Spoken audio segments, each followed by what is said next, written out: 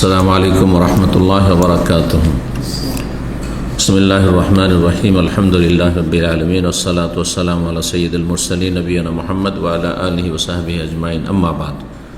সম্মানিত শ্রোতা দর্শক মণ্ডলী, আল্লাহ রাব্বুল আলামিনের প্রশংসা এবং প্রিয় নবী সাল্লাল্লাহু আলাইহি সাল্লামের উপর সালাতু সালামের পর আজ বৃহস্পতিবার 12ই রজব 1447 হিজরি মোতাবেক পহিলা জানুয়ারি 2026 আমাদের ধারাবাহিক প্রশ্নোত্তর পর্ব নম্বর 119।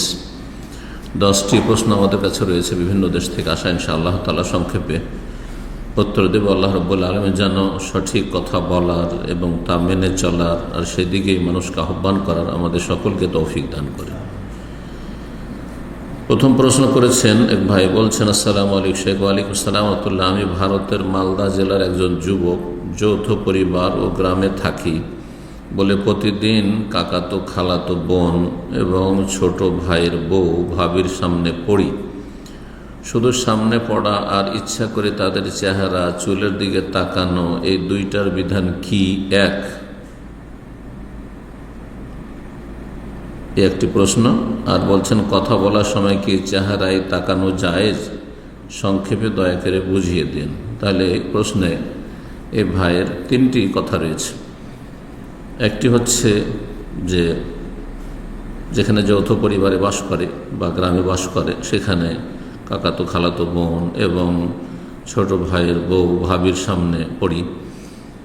তাদের সামনে পড়া ইচ্ছা করে তাদের চেহারা চুলের দিকে তাকানো, ইচ্ছা করে তাদের চেহারার দিকে তাকানো হারাম, জায়েজ নয়। চুলের দিকে তাকানো হারাম, জায়েজ নয়। অনিচ্ছাকৃত হঠাৎ করে নজর পড়ে গেল, তখন আপনার আমার জন্য ফরজ হচ্ছে রব্বুল আলামিনের হুকুম সূরা নূরে, কুল্লিল মুমিনিনা ইয়াগুদ্দু মিন আবসারিহিম। মুমিন পুরুষদেরকে বলে দাও যে তারা যেন তাদের নিজ নিজ দৃষ্টি নিচু করে রাখে।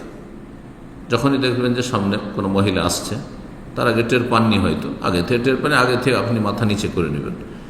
কিন্তু হঠাৎ করে টের পেয়েছেন, আকস্মিক নজর পড়েছে, যদি হঠাৎ করে পড়ে তাহলে প্রথম যেটা অনিচ্ছাকৃত পড়লো সেইটুকু আপনার জন্য জায়েজ, কারণ এটা ইচ্ছা করে করেননি আপনি। কিন্তু সেটাকে স্থির রাখা, দেখতেই থাকা, তখন না জায়েজ। অথবা ইচ্ছা করে তাকানো, যে মহিলারা আছে আশেপাশে ডানে বামে আর তাকাচ্ছেন চেহারার দিকে চুলের দিকে, এটা জায়েজ নয়, হারাম কাজ। এবং এগুলো মানুষকে ধীরে ধীরে অশ্লীলতার দিকে নিয়ে যায়, ফিতনায় লিপ্ত করে। দ্বিতীয় অংশ হচ্ছে প্রশ্নের, কথা বলার সময় কি চেহারায় তাকানো জায়েজ? না, কথা বলতে হবে পর্দার আড়াল থেকে। রব্বুল আলামিন সূরা আহজাব ইরশাদ করেছেন, ওয়াইজা সাআলতুমুহুন্না মাতাআন ফাসআলুহুন্না মিন ওয়ারাই হিজাব। যখন তোমাদের কোনো বেগানা নারীদের কাছ থেকে কোনো কিছু চেয়ে নেওয়ার প্রয়োজন হবে অথবা কথা বলার প্রয়োজন হবে, হ্যাঁ বাড়িতে অমুক আছেন কি না, বা এই জিনিসটার প্রয়োজন রয়েছে, চাকর নকর আছে, হ্যাঁ এই জিনিসটার প্রয়োজন রয়েছে, তো ফাসআলুহুন্না তাদের কাছে চেয়ে নাও, নারীদের কাছে, মিন ওয়ারাই পর্দার আড়াল থেকে। জি, পর্দার আড়াল থেকে, দরজার বাইরে থেকে, অথবা পর্দা ঝুলানো আছে, পর্দার বাইরে আপনি থাকবেন, ভিতরে বেগানা মহিলা থাকবে আর জবাব দেবে, কথা বলতে পারেন।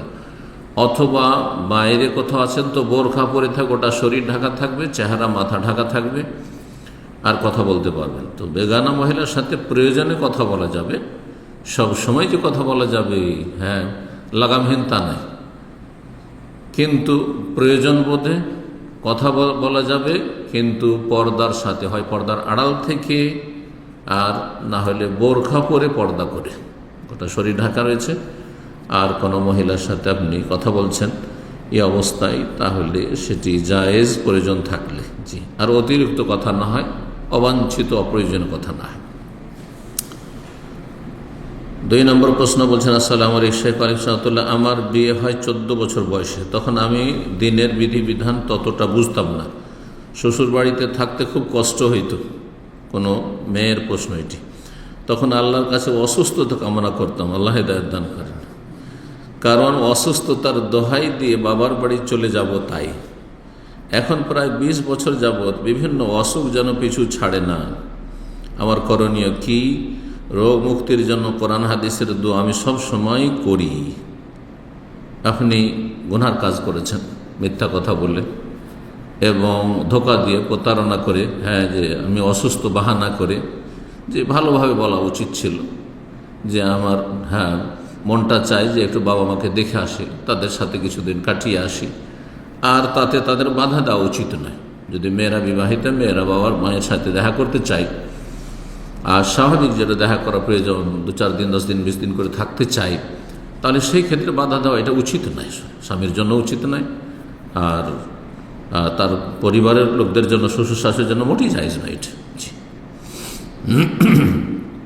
মাঝে মাঝে স্ত্রীকে যেতে দিতে হবে, না হয়ে সাথে নিয়ে যেতে হবে শ্বশুরবাড়ি, কারণ তারও বিয়ে হয়ে যাওয়া মানে বাপ মায়ের সাথে সম্পর্ক ছিন্ন করে দেবেন না। যারা আপনাকে এত কষ্ট করে প্রতিপালন করে মানুষ করে উপহার দিয়েছে, তাদের হক আছে, একটা বড় হক আছে। এই হকটি যারা বুঝেন না তারা নির্বোধ। জি, তাদের বোনের ক্ষেত্রে তাদের চিন্তা করা উচিত। তোমার বোনটাকে যদি কোনো ছেলে বিয়ে করে না আসতে দেয় কেমন লাগবে। জি, তো এটা যখন মানুষ বুঝবে তখন অপরের সাথে সে ভালো আচরণটি করবে, যেমন ভালো আচরণ নিজের বোনের সাথে চায়, নিজের নিকটাত্মীয়ের সাথে চায়। এই ভুল যে করেছেন যে আপনি অসুখের দোয়া করতেন যে আল্লাহ জানে আমি অসুখ হয়ে যায়, অসুস্থ হয়ে যাই, তাহলে আমি যেতে পাবো, এটি গুনহার কাজ করেছেন। সুতরাং এর জন্য তওবা করতে হবে আল্লাহর কাছে যে আল্লাহ আর এরকম কাজ করবো না। তওবার যেগুলি শর্ত রয়েছে, অনুতপ্ত হওয়া, এরকম গুনহা বন্ধ করা, এরকম আচরণ বন্ধ করা, আর কাউকে ধোকা দেবেন না, মিথ্যা কথা বলবেন না, আগামী যেন প্রতিজ্ঞা করা। তওবা আশা করি করেছেন, কিন্তু তার সাথে ইস্তিগফার করতে, আল্লাহর কাছে ক্ষমা চাইতে হবে যে আল্লাহ অতীতে যা করেছে ভুল ভ্রান্তি তুমি মাফ করে দাও, আস্তাগফিরুল্লাহ ওয়া আতুবু ইলাইহি, অন্তর থেকে বলবেন। আল্লাহর কাছে বেশি বেশি তওবা ইস্তিগফার করবেন, এবং তওবা ইস্তিগফার করলে বালা মুসিবত দূর হয়, মনের আশা পূরণ হয়। জি, আর জীবনে বরকত আসে।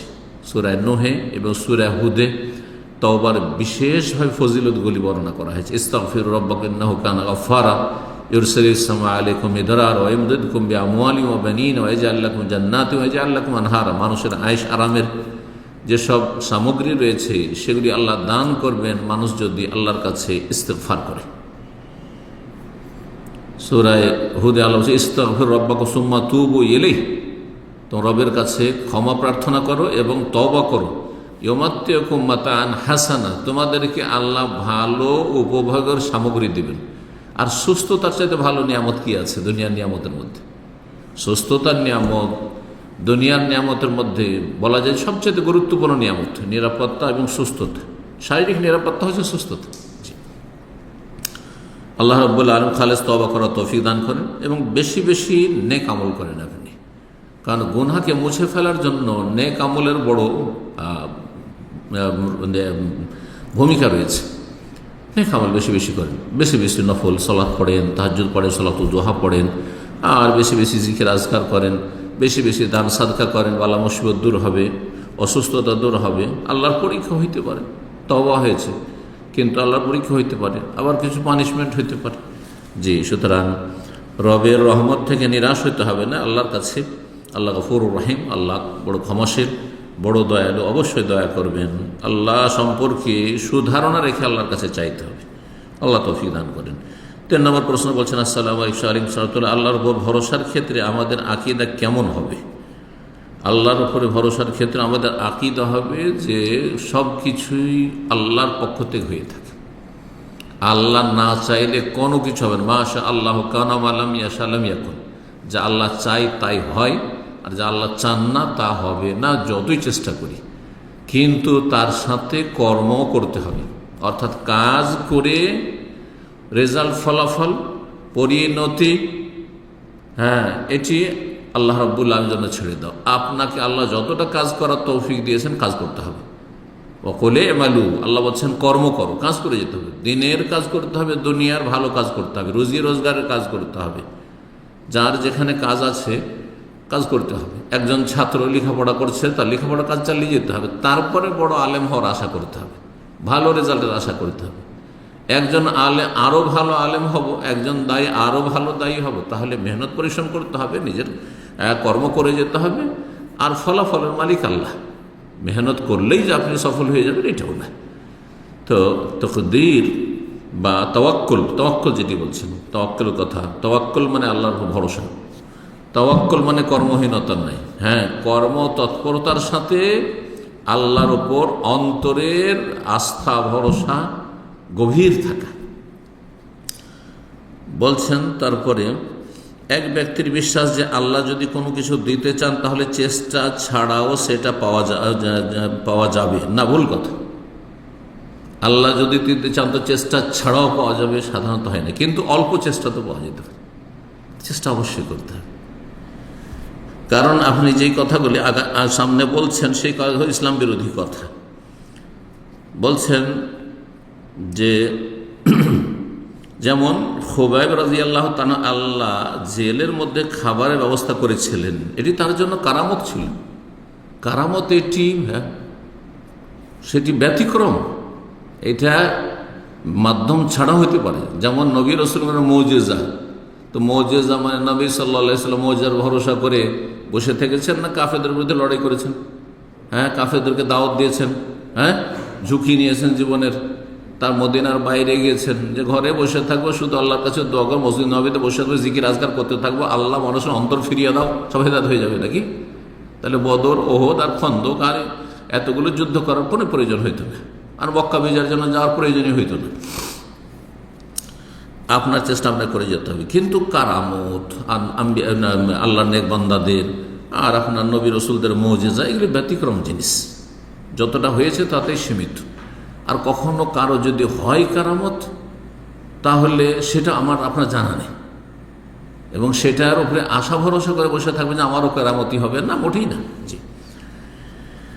তারপরে বলছেন এছাড়াও সেই ব্যক্তির বিশ্বাস যদি তার স্ত্রীর সাথে শারীরিক মেলামেশা নাও হয় তবু আল্লাহ চাইলে তার স্ত্রীর গর্ভে সন্তান আসতে পারে, এটা মূর্খদের কথা, ইসলাম বিরোধী কথা, কখনো হইতে পারে না, এটা কখনো হইতে পারে না।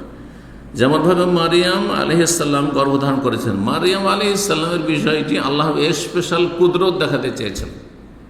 আল্লাহ রাব্বুল আলামিন তিনটি সৃষ্টির ক্ষেত্রে, মানব জাতির, হ্যাঁ, তিনজনের সৃষ্টির ক্ষেত্রে আদমকে পুরুষ নারী, নর নারী ছাড়াই সৃষ্টি করেছেন, আর হাওয়াকে সৃষ্টি করেছেন নর আছে নারী নেই, হ্যাঁ, আর ঈসাকে সৃষ্টি করেছেন কি আছে, নারী আছে নর নেই। আর তারপরে সমস্ত মানবকুলের সৃষ্টির সিস্টেম আল্লাহর কাছে হচ্ছে সুন্নাতুল্লাহ, আল্লাহর নীতিমালা, যে নর নারীর মিলনের মাধ্যমে প্রজন্ম বাড়বে, তাছাড়া অসম্ভব। তাহলে একজন অসতী মেয়ে বেশ্যা এসে বলবে পরকীয়া করেছে, আর বলবে যে না স্বামী বাইরে আছে, প্রবাসে আছে, কোথাও আছে, অথবা বিয়ে হয়নি, বলছে আমি মারিয়ামের মতো, মেনে নেবেন না? এটা শরীয়তও মেনে নেবে না, আর মানুষও মেনে নেবে না। জি, এটি জাহেলের কথা। এরকম বিশ্বাসকে ইসলাম সমর্থন করে? মোটেই সমর্থন করে না, এগুলো ইসলাম বিরোধী কথা।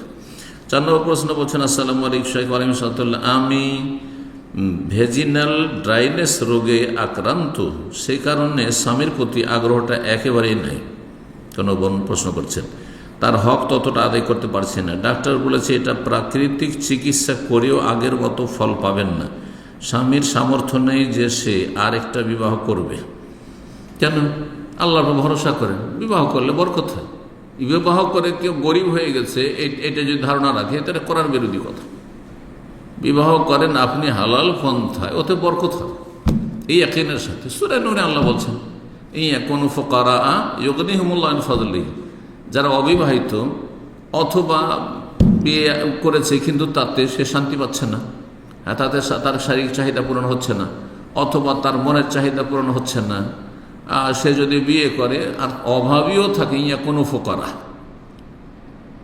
গুনাহ থেকে বাঁচার জন্য, কিন্তু হ্যাঁ দুনিয়ার স্বার্থ নয়, গুনাহ থেকে বাঁচার জন্য, এবং তার আপনার সততা আরও বৃদ্ধি করার জন্য, এবং হিতাকাঙ্ক্ষী হয়ে ইত্যাদি যদি ভালো সৎ নিয়ত থাকে, আর অভাবীও থাকে, আল্লাহ বলছে ইউগনিহুমুল্লাহু মিন ফাদলিহি, আল্লাহ তার অনুগ্রহে তাকে অভাবমুক্ত করে দেবেন।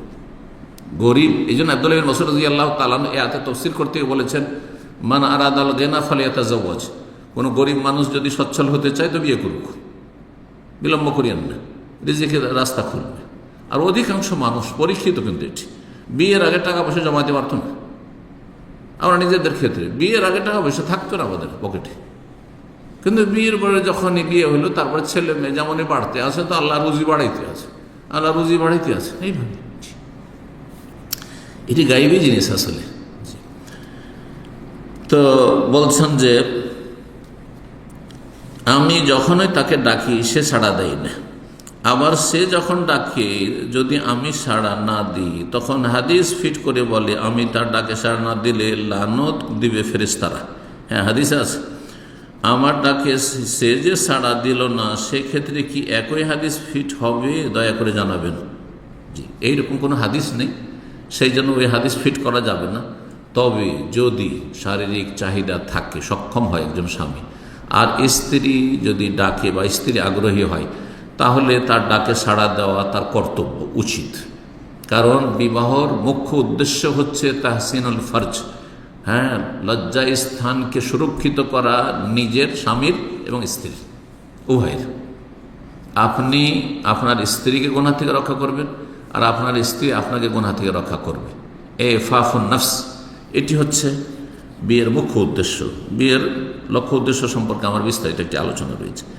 সুতরাং এই ক্ষেত্রে একটি হাদিস স্মরণ করে দেব, সাদ্দেদু ওয়াকার, মধ্যম পন্থা অবলম্বন করেন। আপনিও ডাকে সাড়া দেওয়ার চেষ্টা করবেন, হ্যাঁ, যদিও মনটা না চায়, হ্যাঁ, আপনার রোগের কারণে, আর সেও যেন আপনার ডাকে সাড়া দেয়। দুই দিকে যদি দুইজন দুই কর্নারে বসে থাকে, আর যদি দুইজনে কথা বলতে চায় আর একজন আরেকজনের কথা শুনে না, তো একজন শুধু এগিয়ে আসলে কাজ হবে না। দুই দিক থেকে দুজন একটু এগিয়ে এসে, হ্যাঁ, মিডিল পয়েন্টে এসে, হ্যাঁ, কথা বললে, হ্যাঁ, বা কাছাকাছি হলে এটা ভালো হবে বেশি। এই জন্য দুই দিক থেকেই এই সম্পর্কটা এগিয়ে নেওয়ার চেষ্টা করতে হবে। আল্লাহ তৌফিক দান করেন, এবং আল্লাহ রাব্বুল আলামিন যাদের প্রয়োজন রয়েছে বিয়ে করা, তাদের আল্লাহ বিয়ে করা তৌফিক দান করেন। 5 নম্বর প্রশ্ন, আসসালামু আলাইকুম। আজকের দিনে কৃষিজনিত খরচ অনেক বেড়ে গেছে। চাষের সমস্ত খরচ, যেমন সার, কীটনাশক, জল, ধান কাটা মেশিন ও ট্রাক্টর খরচ, লেবার খরচ ইত্যাদি বাদ দিয়ে জাকাতের পরিমাণ হিসাব করা যাবে কি? না না না, এসব বাদ দেওয়া যাবে না। দেখা যাচ্ছে যাদের অল্প জমি, তাদের চাষের খরচ উৎপাদিত শস্যের মূল্যের অর্ধেকেরও বেশি। জি, তারপরে বলছেন যে 20 মনে 1 মন বা 10 মনে 1 মন বা 20 ভাগে 1 ভাগ বা 10 ভাগে 1 ভাগ জাকাত দিয়ে খুব স্বল্প অর্থ চাষির হাতে থাকছে। এগুলি হচ্ছে সেচের ফসল। সেচের ফসল ক্ষেত্রে 20 মনে 1 মন বা 20 ভাগের 1 ভাগ, 20 ভাগের 1 ভাগ, এটাই আপনাকে সুবিধা দেওয়া হয়েছে শরীয়তে। এর উপর বলবেন না সমস্ত খরচ উঠিয়ে নেব আর তারপরে তখন দেব না, এই সুযোগ নেই। জি, যদি আপনার না পোষায় চাষাবাদ করে, তো চাষাবাদ করে চাষের জমি উঠিয়ে দেন। যেমন আজকাল অধিকাংশ লোকেরা কৃষিকাজ উঠিয়ে দিয়েছে, কারণ কৃষিকাজ করে কোনো লাভ নেই। তাহলে অন্যদিকে আপনি, হ্যাঁ, চিন্তা করেন। জি, কিন্তু আপনি বলবেন যে না 20 মনে 1 মনের জায়গায়, ও তো 20 মনে 1 মন তো দেবো, 20 ভাগের 1 ভাগ দেবো, আবার এদিকে খরচটাও যত টাকা খরচ হচ্ছে সব উঠিয়ে নেবো, এর কোনো দলিল নেই। সুতরাং এটি হারাম, জায়েজ নয়। জি, আল্লাহর কাছে ফেসে যাবেন। শেখ, এই খরচকে সামাল দিয়ে কিভাবে জাকাত আদায় করবেন ছোট চাষিরা? যেমনটা বললাম, ছোট চাষি হোক আর বড় চাষি হোক, যদি নেশাবে পৌঁছে যায়, নেশাবের আলোচনা শুনে নেবেন, নেশাবে পৌঁছে যায়, তাহলে সে আর ছোট চাষি তাকে বলা যাবে না, সে সাহেবের নেশাব, সে জাকাত দাতা, জাকাত দিতে সক্ষম। সুতরাং তাকে 20 ভাগের 1 ভাগ দিতে হবে। কোনো খরচ হয় না, সেচ পানির কোনো খরচ হয় না, এমনিতে আকাশের পানিতে হয়ে যাচ্ছে, মাটির রসে ফসল হয়ে যায়, তখন 10 ভাগের 1 ভাগ অসুখ। জি, 6 নম্বর প্রশ্ন বলছেন, আসসালামু আলাইকুম। আমি নিজামুদ্দিন বলছি জুবাইল থেকে। আমার বাবা মারা যাবার পর আমার আম্মা আমার কাছেই থাকতো। আমি আম্মাকে একটি সোনার চেন কিনে দিই, কয়েক মাস পরে আমার টাকার দরকার হলে বিক্রি করে দেই। এখন আমার আম্মা মারা যাবার সময় তার কানে সোনার 1 জোড়া দুল ছিল, এটা এখন আমার ঘরে জমা আছে। এখন আমি এগুলো কিভাবে ভাগ করে দেব আমার ভাই বোনদের মাঝে? আমরা 4 ভাই 2 বোন। আমি যে সোনার একটা চেন বিক্রি করেছি ওটাও ভাগ করতে হবে? জি, সব ভাগ করতে হবে। জি, 4 ভাই, 4 দুগুণে 8 ভাগ হবে, আর 2 বোন 2 ভাগ হবে, 10 ভাগ করবেন। 10 ভাগ করে 1 ভাগ করে 2 বোনকে 2 ভাগ দিলেন, আর 8 ভাগ থাকলেও 4 ভাই মিলে 2 ভাগ 2 ভাগ 2 ভাগ করে নেবেন, 4 দুগুণে 8, অর্থাৎ ভাইয়েরা বোনের দ্বিগুণ পাবে। লিযযাকারি মিসলু হাযযিল উনসায়াইন, যেমন সূরা নিসাতে আল্লাহ বর্ণনা করেছেন। 7 নম্বর প্রশ্ন বলছেন, আসসালামু আলাইকুম, কোনো ব্যক্তি যদি আল্লাহর কসম করে যে সে একটি নির্দিষ্ট গুনাহ থেকে বিরত থাকবে আর সে ওই কসম ভঙ্গ করে ফেলে, তবে তার কাফফারা কি? যে কসম ভঙ্গ করেছে, আগামীর জন্য কসম করেছে, সুতরাং তার কসমের কাফফারা হচ্ছে 10 মিসকিনকে খাবার দেবে বা 10 মিসকিনের কাপড় দেবে। যদি এটা না পারে, আর গোলাম আজকাল নেই, সুতরাং সেটা বলে আল্লাহ নেই। যদি এই দুটোর মধ্যে কোনো একটি না পারে, তাহলে 3টি সিয়াম পালন করবে, রোজা রাখবে। ফাসিয়ামু সালাসাতা আইয়াম, জি আল্লাহ বলেছেন। এবং সে যদি 10 জন মিসকিন না খাওয়াতে পারে, হ্যাঁ, কোনো লঙ্গরখানায় টাকা দিয়ে বলে দেয় যে সেই টাকা কাজে লাগিয়ে যেন 10 জনকে আহার দেয়, তবে কি তার কাফারা পূর্ণ হবে? লঙ্গরখানা মানে যদি গরিব মিসকিনকে খাওয়ান, যারা গরিব মিসকিন তারা ঠিক আছে। আর যদি বেদিন ফাসেক ফাজেলকে খাওয়াচ্ছেন, তো বলবো যে এইভাবে, অথবা আমানতদার লোক নয়, অনেক দায়িত্বশীলা রয়েছেন, তারা আমানতদার না, আপনার টাকা নিল, তারা পকেটে ভরে নিল অথবা খেয়ে নিল, তাদেরকে দেবেন। আপনি সরাসরি 10 জন মিসকিনের খাবার আপনার গ্রামে মিসকিন আছে তাদের বাড়িতে পৌঁছে দেন। এক একজনের যে 1.5 কেজি করে চাওয়াল, তাহলে কত হয় 10 জন মিসকিনের? 10 1.5 15 কিলো চাল। 15 কিলো চাল আপনি গ্রামে ভিতরে করে দেন 10 জনের বাড়িতে। জি। 8 নম্বর প্রশ্ন বলছেন, আসসালামু আলাইকুম আলিম সাতুল্লাহ, আমি ট্রেনে সফর করি, সফরে সালাত আদায় করতে পারি না। ভুল কথা। সফরে সালাত আদায় করতে হবে যে কোনো অবস্থায়, দাঁড়িয়ে হলে দাঁড়িয়ে, না হলে বসে, বসে না হলে শুয়ে শুয়ে। তাতে যদি সমস্যা হয় যে কাফের জালেমদের দেশে আপনি বসবাস করেন, সেখানে নামাজ পড়তে দেবে না, হয়তো আক্রমণ করে দেবে, চোখের ইশারায় নামাজ পড়তে হবে। স্পেনে এক সময় আন্দলুস, যখন মুসলিম শাসন আমলের পতন হয়, তখন এই খ্রিস্টান জালেম ক্রুসেডার যারা, তারা সালাত পড়তে দিত না, তারা চোখের ইশারায় সালাত পড়ত, তারা চোখের ইশারায় সালাত পড়ত। এটি মুসলিমদের ইতিহাস রয়েছে, কিন্তু নামাজিরা নামাজ পড়ত। জি, তারা বেনামাজি কখনো হয়নি। আল্লাহ হেফাজত করুন এইরকম দুর্দিন থেকে।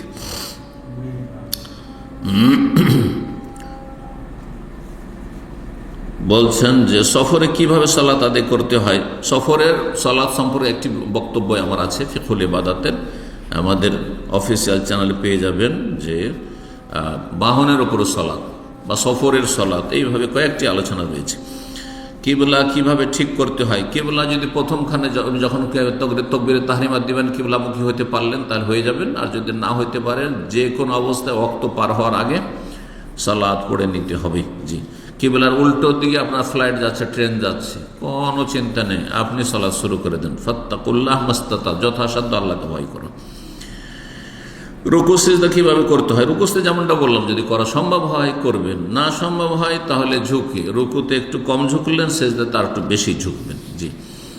এইসব সঠিকভাবে না জানার কারণে, না অবশ্যই জানতে হবে আপনার জন্য, সালাতের আহকাম জানা জরুরি, বিধিবিধান জানা জরুরি। 9 নম্বর প্রশ্ন বলছে, আসসালামু আলাইকুম, ফরজ সালাতের পর সকাল বিকালের দোয়াগুলো পড়বো নাকি মাগরিবের ফরজ সুন্নাত 2 রাকাত পড়বো? জি, মানে সন্ধ্যাবেলার কথা বলছেন। সন্ধ্যাবেলার জিকির আসর পরে পড়া উত্তম। অধিকাংশ ওলামারা বলছেন যে আসর পরে পড়াটাই হচ্ছে উত্তম সময়, কিন্তু আসর পরে কি পড়তে না পারলে মাগরিব পরে পড়বে। সে মাগরিব পরে আপনি ফরজ সালাতের পরে পড়েন, অথবা সুন্নত রাতে পড়ার পরে পড়েন, অসুবিধা নেই, এশার আগে পড়ে নেন। জি। আগে সুন্নত 2 রাকাত নাকি বিকালের জিকির আজকালগুলো পড়ে? বিকালের জিকির আজকাল বিকালে, যেমনটা বললাম। মাগরিবের ফরজ সালাতের পর সুন্নত নাকি বিকেলের জিকিরগুলো, বারবার করে একটি কথাই জিজ্ঞেস করছেন, যেমনটা বললাম উত্তর সেটি। 10 নম্বর প্রশ্ন বলছেন যে, আসসালামু আলাইকুম সাহেব, মসজিদে আসরের সালাতের গোল্ডেন আওয়ার শুরুর 4 মিনিট আগে জামাত শুরু হলে এটা নাকি শুধু সুন্নতের খেলাফ হবে? গোল্ডেন আওয়ার আবার কি জিনিস, এটা তো প্রথম শুনলাম। গোল্ডেন আওয়ার বলে যে উত্তম ওয়াক্ত, আউয়াল ওয়াক্ত উত্তম ওয়াক্ত, কিন্তু গোল্ডেন ওয়াক্ত আওয়ার এরকম ভাষা ফুকাহায়ে কেরামগণ ব্যবহার করেননি, এটি আমাদের জন্য নতুন। জি। তো বলবেন যে আউ্বাল ওয়াক্ত যে শুরু হয় তার 4 মিনিট আগেই জামাত শুরু হলে, যদি নামাজ এখন আসরের সময় হয়নি আর জামাত শুরু করছে, তো এটি সুন্নতের খেলাফ শুধু নয়, বরং এটি জায়েজ নয় যে সময়ের আগে নামাজ পড়বে। কিন্তু ওয়াক্ত হয়ে গেছে আর ওয়াক্ত হওয়ার পরে ধরেন আজানের পরে একামতে 20 মিনিট থাকছে, আপনি 20 মিনিট অপেক্ষা না করে আজানের সাথে সাথে নামাজ পড়লে কোনো দোষ নেই। আজানের সাথে সাথে আজানের সময় হয়ে গেছে আসরের অথবা জোহরের, তারপর সাথে সাথেও যদি পড়ে নেন কোনো অসুবিধা নেই। সফরে আছেন অথবা কোনো জায়গায় আছেন, আপনি মরুভূমিতে আছেন, মাঠে ঘাটে আছেন, কোনো অসুবিধা নেই, বা মহিলারা সাথে সাথে পড়ে নেবে। আর এর বিরুদ্ধে বলা নাকি দোষ ধরা হবে না, এই ধরনের কথা ভুল কথা। আল্লাহ রাব্বুল আলামিন যেন সঠিক বুঝ দান করেন এবং সহিহ আমলে তৌফিক দান করেন। জাযাকুমুল্লাহু খাইরান। সুবহান রাব্বিকা রাব্বিল ইজ্জাতি আম্মা ইয়াসিফুন ওয়া সালামুন আলাল মুরসালিন ওয়া আলহামদুলিল্লাহি রাব্বিল আলামিন।